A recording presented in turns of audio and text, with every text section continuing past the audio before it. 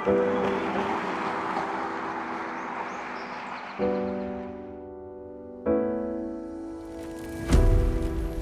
is the 2025 Hyundai Santa Fe Hybrid Calligraphy with all-wheel drive. Does it really deliver economy, capability, and luxury in a single package? We're going to check out all the features, take it for a drive, and then put it to the test. Right now on Driving Sports TV. The Hyundai Santa Fe was all new in 2024. Perhaps the most noticeable change was, of course, the bold new exterior design. A few months ago, we did have a chance to test out the XRT trim of this new Santa Fe, which is the most adventurous trim they make. It was pleasant enough to drive around town, but the all-wheel drive system failed to get over our log crossing. Well, now it's time to take a second look at this Hyundai Santa Fe, because this is the hybrid with all-wheel drive. Is it any better than the standard turbo? Let's find out. The model we're testing here is a fully loaded, near-luxury calligraphy trim. This includes a number of high-end features like second-row captain's chairs, Nappa leather, 20-inch alloy wheels, blacked-out badges, a microfiber headliner, a 12.3-inch touchscreen display with maps, XM satellite radio, and support for wireless Apple CarPlay and Android Auto. There's also Bose sound with 12 speakers, plus a digital gauge cluster, digital rearview mirror, and a heads-up display. Price as you see it here, with the only options being the ultimate red paint and carpeted floor mats, $51,145 including destination. Under the hood is a 1.6-liter four-cylinder turbo engine. It's combined with an electric system to boost power up to a combined 231 horsepower and 271 pound-feet of torque. The standard battery is a 1.49 kilowatt-hour lithium-ion unit. It's pretty small, so this isn't designed to drive for long periods of time on all-electric mode. The only transmission option is a 6-speed automatic. EPA rates economy at 35 miles to the gallon in the city and 34 on the highway, and it does it all on regular fuel. In a recent long drive, I did average 33 miles to the gallon on the highway, so those numbers seem pretty accurate in the real world. Driving a Santa Fe is as you would expect, but today isn't about interstate travel. Nope, today we're going to see how well this hybrid version of the H-Track all-wheel drive system can handle the challenging trails right here at our Peninsula Proving Grounds. And of course, it has started to snow. Now, we do film this throughout the whole period of the day, and the first half of the day had no snow. So we're going to have a little bit of snow, no snow throughout the episode. Just work with us here, okay? But before we test its off-road capabilities, first I'm going to head out to the street. So on a recent, pretty long drive, I did average 33 miles to the gallon with this vehicle, and that was in kind of mixed highway, freeway driving. So yeah, those numbers are definitely achievable. And I don't hypermile, I was just driving normal, and I got that pretty good result. The hybrid powertrain here does produce a decent amount of power. I mean, nobody's going to buy this and think, ooh, it's not quick enough. It's plenty fast. That said, let's go ahead and try a quick 0 to 60, even in these conditions. What are we going to do here? Let's go ahead and do drive mode sport. And we're just going to punch it. 3, 2, 1, go. A little slow to start, boom, and then it kicks in. 40, 50, and 60. So that's about 6.5 seconds, 0 to 60, which I think is more than plenty for this class of vehicle. The steering wheel warmer is definitely hot. And it is hot in most parts of the steering wheel. It's a little cooler down here. So let's look at the luxury aspect of this vehicle, because this is the high-end calligraphy. We do get this really nice kind of ultra suede headliner. Yes, very nice. And then we, of course, have metals and plastics and woods, and I think it all comes together pretty well. This vehicle does have one thing, though, that you don't want in a luxury vehicle, and that's actually a little too much interior noise.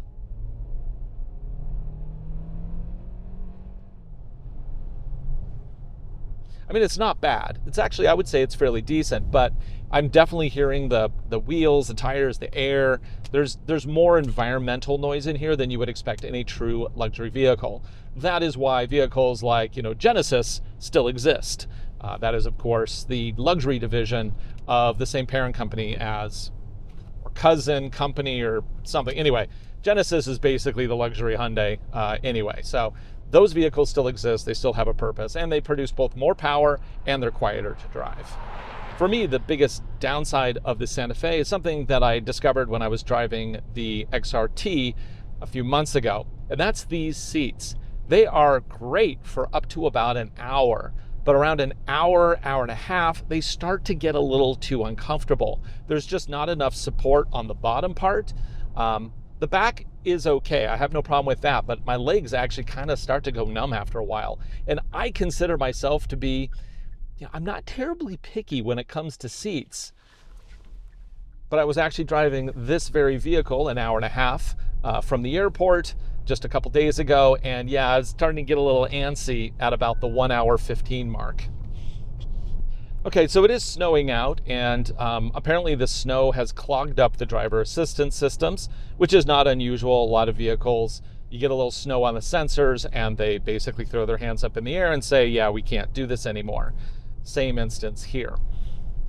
I think probably the best foul weather ADAS system is probably Subaru's, because they rely on cameras exclusively and they can keep those clean with the wipers, which is nice. This uses a combination of both camera as well as radar. This does, of course, have the cool blind spot camera systems. You can probably see that popping up there. It shows me a little camera view of what's in my blind spot. Very nice. Right, well, there's really nothing that much different in this vehicle compared to the XRT that we already reviewed. So now let's head to our Peninsula Proving Grounds and see exactly what this hybrid all-wheel drive system is capable of. So this vehicle only has about 7 inches of ground clearance. So obviously ground clearance is going to be an issue. We'll have to keep that in mind because we clearly don't want to damage the vehicle for Hyundai. If we do damage it, that means that the next journalist who's in line for this vehicle won't get it because it'll be in the repair shop instead. So let's not do that. So our first test is going to be the Fun Forest. This is a easy run, and it's just going to basically see what its capabilities are right out of the box. So I do want to note that there is no XRT trim on the hybrid. So if you are wanting to shop for one of the hybrids, this is basically what you get in terms of geometry and powertrain. And the XRT has 8.3 inches of ground clearance. This one only gets 7. So definitely going to be listening for some rubbing. Now, what are we going to do for setup? So I'm going to go ahead and hit 4-wheel drive lock. That'll try to keep power at 50-50 front to back most as possible. But there is some variation there, obviously, because this is a computer setup. There's no actual locking diffs on this thing. So that's clear, clearly lock, not really what it does. In terms of drive mode, we could do pretty much any drive mode. Let's go ahead and just go ahead and do my drive. And let's see what it does. At this point, the biggest concern is actually going to be ground clearance on this trail, I think. But we're going to look for that side-to-side power shift. Also, kind of feel how well we can crawl on this thing, especially as we go up and over this first rise. Wow, we're already lifting a wheel. Let's add a little power. We get a little electric crawl there, which is nice. Ooh, okay, that's grinding. Let's back up. Ooh, that is really loud. Let's see what we got. I have absolutely taken vehicles with 7 inches of ground clearance up here before, and this one's grinding worse than usual. So take that with a grain of salt. We're going to go a little bit more to the left here. There seems to be a lot of stuff hanging down on this vehicle. It's not great for this. Okay, go left. So we can get past that super loud grind that we had there before. Wheels up in the air. Okay. Okay, I think we're in. Whew, mud flap scraping. This thing feels a lot bigger in here than I would expect. Okay. As much as I would like to put this on the logs to see how it compares against the XRT that we tested earlier, because of course the logs are where the XRT failed, The weather is totally different today. Also, with only 7 inches of ground clearance, I don't think this will get safely over the logs. So can't really do that, unfortunately. But we can test some other things here, which should tell us if this is any good. Now we're going to be approaching a tight spot on the course, so I'm going to bring this camera system up. I think I can toggle. Yeah, there we go. Now I can see the individual wheels, which is nice.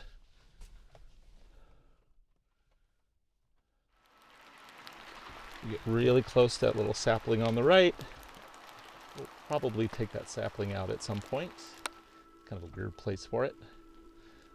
Oh, so close. Watch my front. Okay, and then we go back up. Now let's see how this thing can climb out. So we're going to raise traction off the front driver's side wheel. And I haven't done anything special here. I'm just in my drive for the drive mode, and I've locked the middle. And out we crawl. Okay, well, not bad. Let's see how this can deal with the moguls. Oh, I should also point out this does have hill descent control. Just hit this button, and let's just pretend this was a very steep, difficult hill. It's not, clearly. I could just take my foot off the brake and it'll ease me down, but it does so at about 3 miles per hour. I prefer hill descent systems to be much, much slower than what Hyundai does, but it is there. If you're feeling uncomfortable with a difficult decline, then maybe give it a try. So we got through our first course. It was a little challenging at the start there, but it did accomplish it. So now let's move on to something a little bit more difficult. And this is going to be super slippery, so I'm actually going to change the drive mode to snow, because just like snow, mud is very slippery. Now these are of course all season tires, so they aren't going to have a lot of grip. Let's see how we're doing here. Have that front camera on still, and you know, actually it's doing a pretty good job here. This is very slippery stuff. Yeah, we're just crawling through it. Nicely done. Of course, when I'm in snow mode, not only does it optimize the torque split here, it also will deaden the throttle a little bit, which is a little bit better for crawling feel, because you don't want to have too much power out of the gate. Now I'm kind of a little concerned with the low overhangs here, so we're going to take these super slow.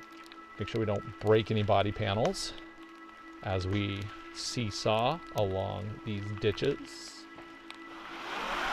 Oh, we're moving power. How we doing? Still moving us forward. Oh man, this thing has no articulation. It's pretty typical for a unibody, but yeah, it's always funny. Okay, well, we got through that. Actually, not bad so far. And now we're just going to keep the same settings as we go over the sand slide here. I'm going to take the easy line to the left though, because we just don't have the clearance for the other side. Would crack that front nose. The front overhang is pretty long on this thing, all things considered, long and low. Oh, still got a tip here. A little rubbing. Okay, but we got through. We only have one more thing we got to worry about, and that's right up here, and then we'll wrap this up.